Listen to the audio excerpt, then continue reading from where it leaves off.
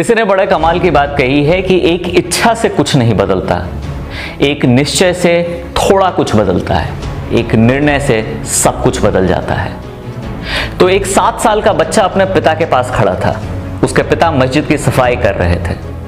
वो अपने पिता से जिद पे अड़ा हुआ था कि उसे जूते चाहिए, लेकिन उसके पिता अपने काम में मशगूल थे। सुबह 6 बजे से लेकर शाम के 7 बजे तक उनका काम होता था मस्जिद की सफाई करना, जैसे झाड़ू लगाना, पोछे लगाना, पेड़ों से गिरे पत्ते साफ करना वगैरह वगैरह। महीने के आखिर में उन्हें 150 जितनी पगार मिल जाती थी, जिससे उनका पूरा परिवार पलता था, जिनमें 5 सदस्य मौजूद थे। फिलहाल इनके सबसे छोटे बेटे गुड्डू ने इनके नाक में दम कर रखा था। उसे जूते चाहिए थे। तंग आकर उन्होंने गुड्डू को 12 रुपए दे दिए।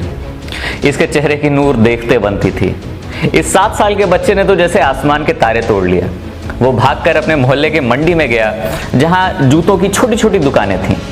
लेकिन कदम दर कदम इस बच्चे की मायूसियत बढ़ते जाती, क्योंकि गुड्डू को अपने बजट में एक भी जूता न मिला। इसकी आंखें भर आई।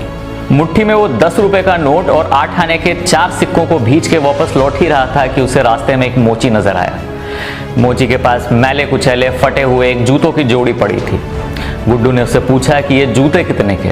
मोची ने उससे पूछा कि तुम्हारे पास कितने हैं। बड़ी चालाकी से गुड्डू ने 2 रुपए पीछे छिपा के 10 रुपए के नोट आगे बढ़ाए। मोची ने उसे जूते दे दिए। गुड्डू ने वो जूते संभाले और भागता हुआ अपने घर आ गया और अपनी माँ से एक सुई और धागा मांगा और उसे सिलने बैठ गया। बहुत देर की कड़ी मशक्कत के बाद उसने जूते सिल लिए। माँ ने कहा कि पगले, इसे मोची से क्यों न सिलवा लिए। उसने विजयी मुस्कान के साथ 8 आने के 4 सिक्कों को अपने हाथों में दिखा के कहा कि मैं इससे मोजे खरीदूंगा।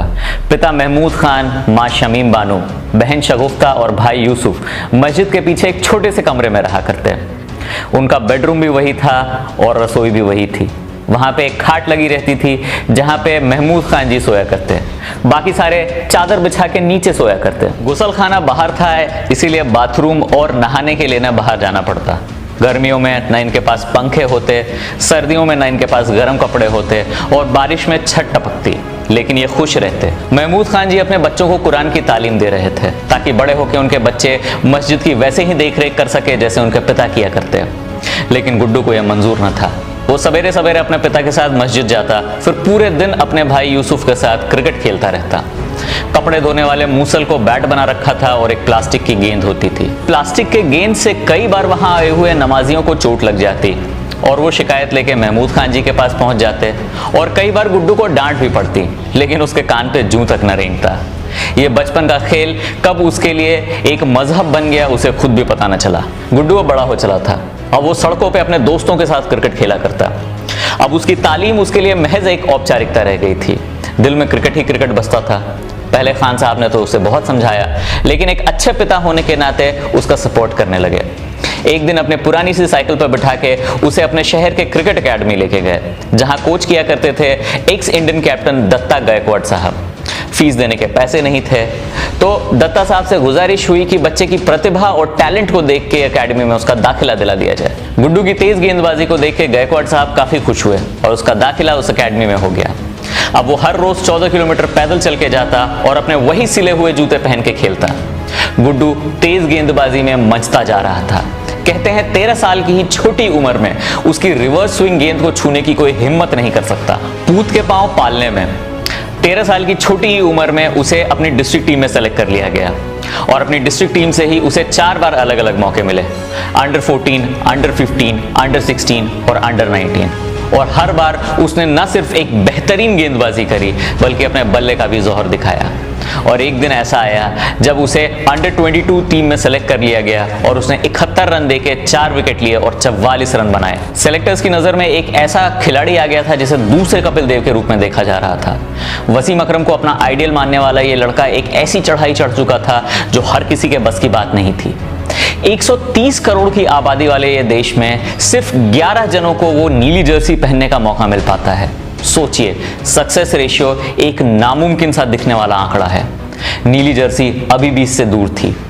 अभी भी काफी मेहनत करनी बाकी थी। वो हर रोज 14 किलोमीटर कड़ी धूप में साइकिल चला के जाता और दिन के 14 घंटे कड़ी प्रैक्टिस करता। ये कच्चा हीरा घिस रहा था कोहिनूर बनने के लिए। घर के हालात अभी भी जर्जर थे। खान साहब बड़े शिद्दत से मस्जिद साफ किया करते, लेकिन बदले में उन्हें गरजती आवाज में डांट दिया जाता। लेकिन वो कहते हैं ना कि खुदा के घर में देर है अंधेर नहीं। 2002 में उसे अंडर 19 वर्ल्ड कप स्क्वाड में शामिल कर लिया गया और उसके धुआंधार प्रदर्शन का कोई मुकाबला न था। उसने 27 रन देके 6 विकेट लिए, वो भी दक्षिण अफ्रीका जैसे टीम के खिलाफ, और भारत ने वो मैच 71 रनों से जीता।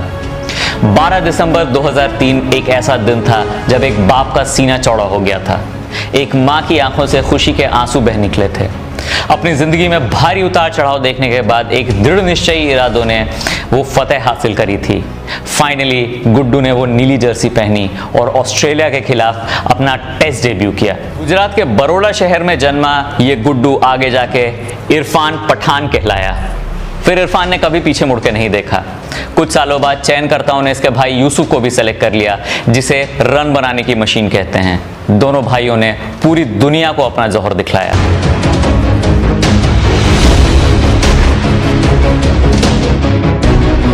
₹10 में एक फटा जूता खरीद के पहनने वाले इरफान आज रीबॉक जैसे इंटरनेशनल शूज ब्रांड के ब्रांड एम्बेसडर हैं और कई सारे ऐसे रिकॉर्ड हैं जिसे इरफान ने अपने नाम करे हैं। He won inaugural ICC emerging player of the year award. He holds the best bowling figure in under 19 youth ODI. The fastest Indian to take 100 wickets in one day international. He is the only bowler to take hat-trick in the first over of a test match. He is one of the player who has put in the maximum maidens in IPL. Irfan को देख के मैं यही कहूंगा कि कुछ ऐसा करो कि कोई ना कर सके। सालों तक क्या, सदियों तक दुनिया आपको याद रखे। तो मैं अगले हफ्ते एक ऐसे ही दृढ़ निश्चयी इरादों की कहानी के साथ फिर से हाजिर होऊंगा। तब तक के लिए me Rahul signing off, bye bye.